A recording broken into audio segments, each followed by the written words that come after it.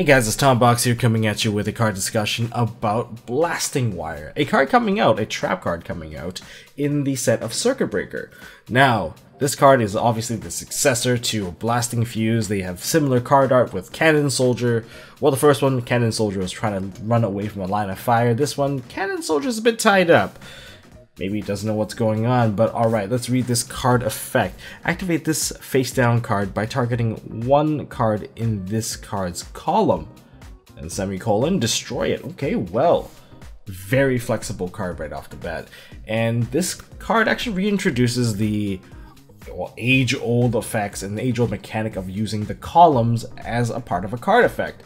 It has been long since removed since it was a very slow mechanic. It was too slow for back then. It was too slow during the Xyz, the Synchro, and the Pendulum era because zones didn't matter at all.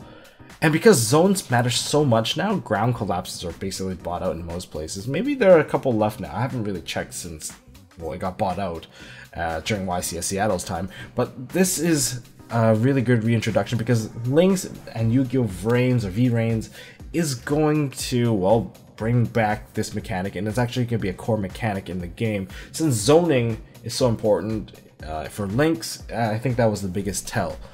Now, let's go back to Blasting Wire's effect. So Blasting Wire's effect obviously is super flexible. I can see this card actually being, well, meta relevant because first of all, you can blow up the extra monster zone because it's in the same column as your zone 2 and your zone 4. And if your opponent tries to go into Lynx, well, you get to pop them.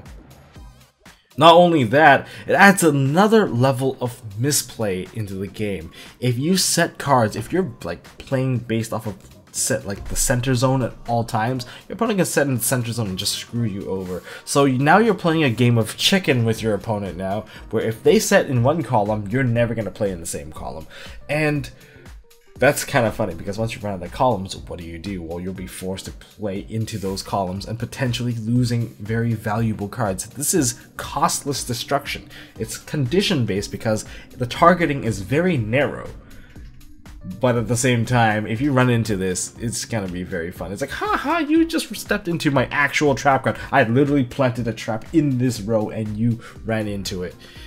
But that actually brings up another discussion. Aside from this card being very flexible, and I see this card obviously being very useful, and depending on how the ban list kind of works out, I think more and more of our generic overall board wipes would probably get hit, and then we were going to be playing a more zone-based game. There's a potential of the game going in that direction. I'm not gonna completely write it off. But now that I think about zoning, are we gonna get more monster effects with zoning effects? Like we had a monster like Alien Infiltrator that basically shifted zone left and right. Like who cares about that guy? Alien Infiltrator sucked a lot. But when it comes to other effects, like say they create a monster that at the moment you summon it, the entire column's worth of card gets bounced back into the hand or deck. I don't know, call it Blasting Gust or something. That's a really good card effect. Even if the monster was super weak, it has a non-targeting, basically a line of fire that can clear rows of cards. And I think that's a real good potential that it can come up. Actually, we've done quite a bit of stuff about this. What other potential cards? You can put it on monster cards, you can put it on spell cards, you can even put it on the pendulum zones. The pendulum zones, maybe you can alter the levels of your monster, maybe it can increase and decrease attack of a monster based off of the columns that they're in. Maybe things will start crisscrossing. I don't know what kind of direction. Maybe make an O shape, or everything in this O is now destroyed using the extra deck zone as not extra deck zone, but the extra monster zone as I don't know, a bridge or something. There's tons of potential where this would go, and it's actually gonna move similar to the direction of Hearthstone, where you can activate an adjacent trap hole. So basically when you summon out a monster, it destroys the two monsters beside it rather than the monster that is actually summoned. There's a lot of potential for that too. I mean, I'm not gonna doubt it. If you have any connecting adjacent monster, destroy those monsters instead. There's a lot of potential of where the game is actually going to go. And do we have enough mental capacity to actually keep up with all these card effects? Of course, all we really have to do is pay attention to the meta and adjust how we play. Look at Jeff Jones. He's already figured out Lynx, well, how to break Lynx. And look at the True King Dino FTK draw, what, plus 39? Draw out your entire deck to kill your opponent. Yeah, there's that deck too. So I'm seeing that there's a lot of changes coming up in the game in the upcoming ban list to actually adjust for zoning control, and yeah, I think there's going to be a lot more potential for more and more of these. Probably get a new MST as well that maybe destroys 3 cards, like hits in a line and hits adjacent cards. I don't know how it's going to work. There's a lot of potential of, well, I guess untapped card text that Konami can actually go into ever since they kind of they're deciding to re-explore the column mechanic. Let me know what your thoughts are down below in the comment section. I would love to hear your thoughts of what are potential cards that you would personally like to see with the new pendulum zones, with the new column mechanics, and of course with link monsters in general.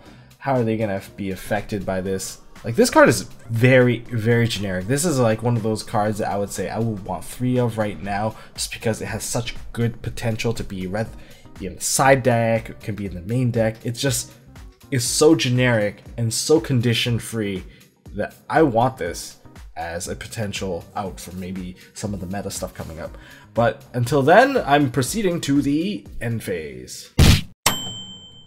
Hey guys, thanks for watching. If you like this video, please drop us a like so we know we are doing a good job, and you can also subscribe to MST.TV for more fantastic videos by clicking on the button on the left. Don't forget to check out our partners at Imperium Duelist. They make really high quality mats, including some of my own limited edition release stuff. And if you want to check out one of our past videos, click here on the right. As always, don't forget to hold on to your MST.TV, and I'll see you next time.